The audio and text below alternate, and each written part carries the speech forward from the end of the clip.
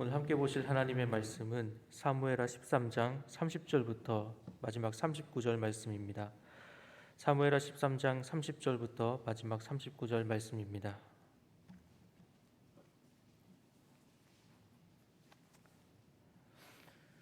30절 말씀 제가 먼저 읽겠습니다. 그들이 길에 있을 때에 압살롬이 왕의 모든 아들들을 죽이고 하나도 남기지 아니하였다는 소문이 다윗에게 이르매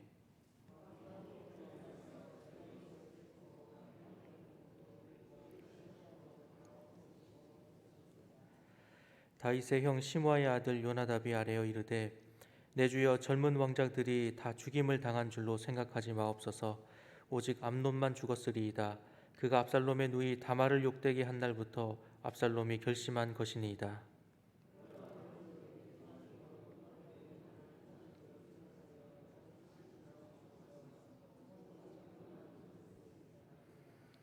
이에 압살롬은 도망하니라. 파수하는 청년이 눈을 들어 보니 보아라 뒷산 언덕길로 여러 사람이 오는도다.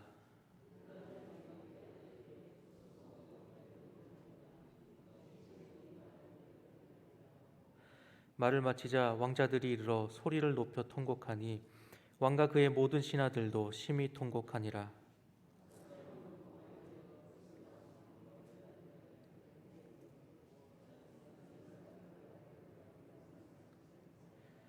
압살롬이 도망하여 그술로 가서 거기에 산지 3년이라. 다윗 왕의 마음이 압살롬을 향하여 간절하니 암논은 이미 죽었으므로 왕이 위로를 받았음이더라. 아멘. 하나님 아버지, 오늘도 주의 날 이 아침에 주님 앞에 나오기까지 인도해 주심을 감사드립니다. 이 시간 예배 가운데 함께하여 주옵시고 주님의 은혜와 또 사랑을 기억할 수 있는 귀한 시간 되도록 인도하여 주옵소서. 또한 주님 앞에 드린 예물이 있습니다. 감사와 기도의 제목들을 받아 주옵시고 하나님의 선하신 뜻에 따라 응답하여 주옵소서. 감사드리며 이 모든 것 우리 주 예수 그리스도의 이름으로 기도드립니다. 아멘. 우리는 지난 시간 나단의 책망을 받는 다윗을 보았습니다. 처음에는 나단이 이야기하는 이 비유가 누구를 향한 것인지 다른 사람의 것인 줄 알고 거기서 이제 분노하는 다윗을 보았지요. 그러나 나단이 직접적으로 이것이 바로 당신에 대한 이야기다라고 이야기를 할 때에 다윗은 그 자리에서 회개하게 되었습니다. 회개하였음에도 불구하고 그 죄에 대한 대가가 있음을 우리는 함께 말씀으로 나누었지요.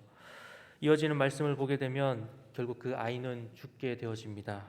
그러나 하나님께서는 이 솔로몬을 다윗에게 또한 허락하셨습니다. 그리고 이 암논과의 전쟁을 또한 말씀하고 있는데 우리가 이 말씀들을 쭉 읽어보면 그러면 이제는 이 밧세바와의 그런 이 범죄, 다윗의 이 범죄는 해결된 것이 아닌가라는 우리는 생각을 하게 되어지지요. 그러나 13장의 말씀을 다시 우리가 보게 되면 그것으로 끝이 아님을 우리가 보게 됩니다. 13장에 암논이 등장합니다. 다윗의 첫 번째 아들이지요. 원래대로라면 다윗의 뒤를 이어서 왕위에 오를 사람이었습니다. 그러한 그가 이복 동생인 다말을 하나님 앞에서 범죄하게 되는 그러한 모습이 있게 됩니다. 이 다말을 범하고 나서 그 이후의 행동도 이 문제가 되어지는데 이 다말에 대해서 책임을 지지 않고 그를 이제 문전 밖으로 내보내게 되는 그러한 모습을 우리가 보게 됩니다. 이것은 이 다말이 이 암논과의 일 때문에 사실은 그 사실만으로도 자신의 목숨이 위태롭게 될 수 있는 그러한 상황 가운데 있는데도 불구하고 이 다말을 책임지지 않고 쫓아냄으로 인하여서 이 다말은 앞으로 이스라엘 사회에서 굉장히 멸시와 조롱을 받으며 살아갈 수밖에 없게끔 그냥 내버려 두는 그러한 모습을 보게 되는 것이지요. 결국 이 다말은 오빠인 압살롬의 집에서 처량하게 지낸다라고 말씀하고 있는데 몸과 마음이 황폐하여져서 이 이스라엘 사회에서 밖으로 나가지 못하고 그 압살롬의 집에서 처량하게 지내는 그러한 모습으로까지 이어지는 것을 우리가 보게 됩니다. 이러한 이 일들이 알려지고 난 이후에 다윗은 분노하게 되어지죠. 그러나 이 다윗은 분노로 끝이 납니다.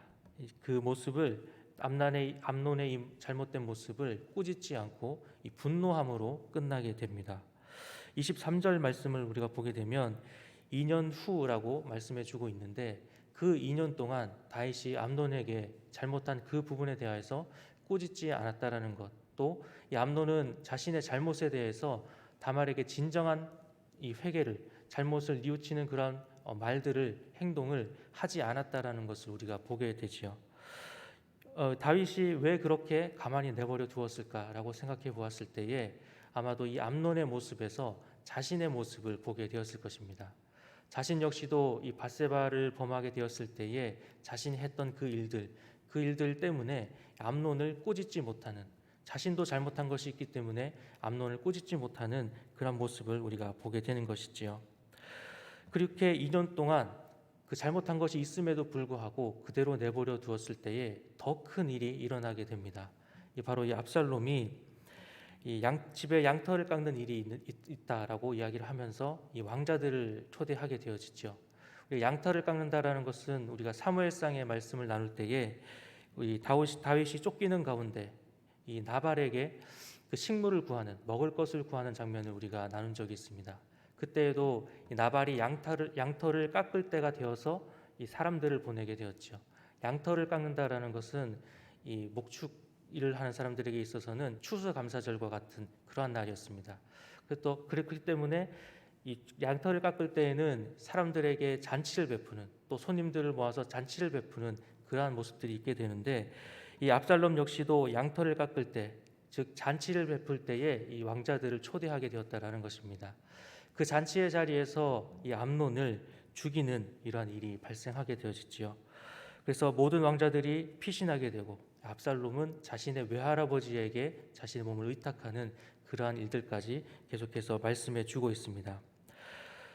우리가 다윗을 이야기할 때에 다윗은 굉장히 위대한 인물로 우리가 이야기를 하지요. 하나님이 기뻐하시는 자였고, 하나님께서 사용하시는 자였고, 하나님께서 직접 기름 부으신 자, 또 우리 다윗의 자손으로 오신 예수 그리스도를 이야기할 정도로 다윗은 굉장히 중요하고 또 위대한 인물로 우리가 생각합니다.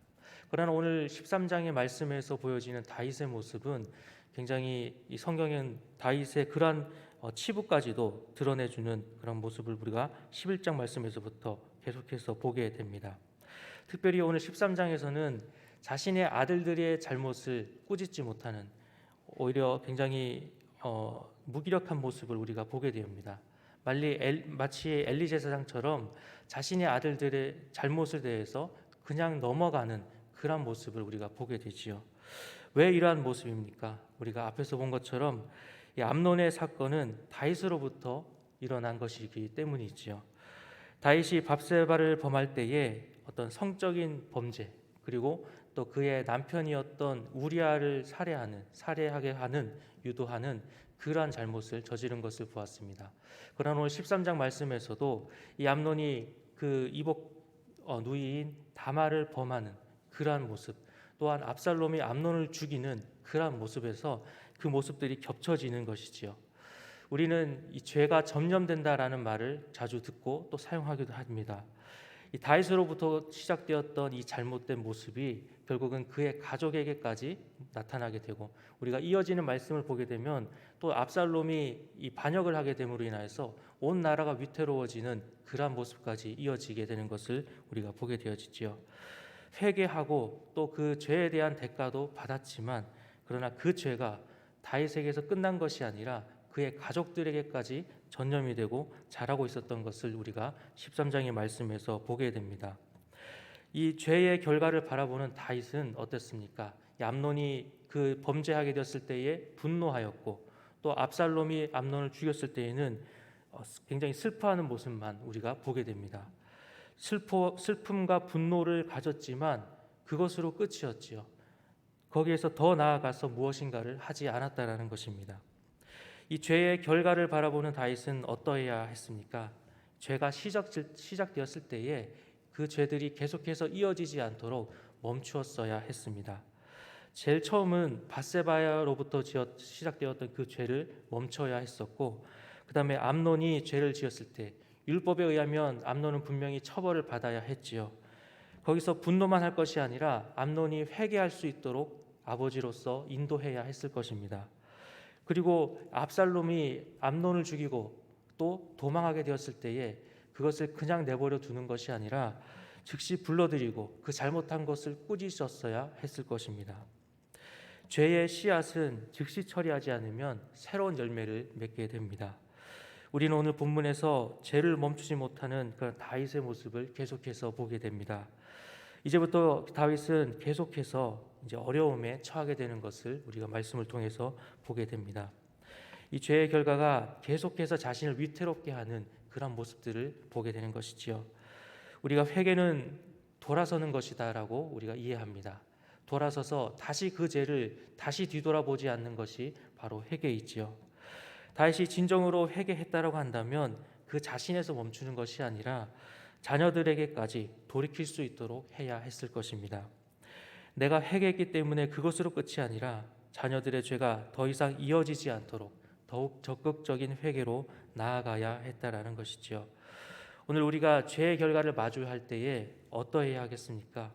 그 죄들이 계속해서 이어지지 않도록 우리가 그것을 끊어야 한다라는 것입니다.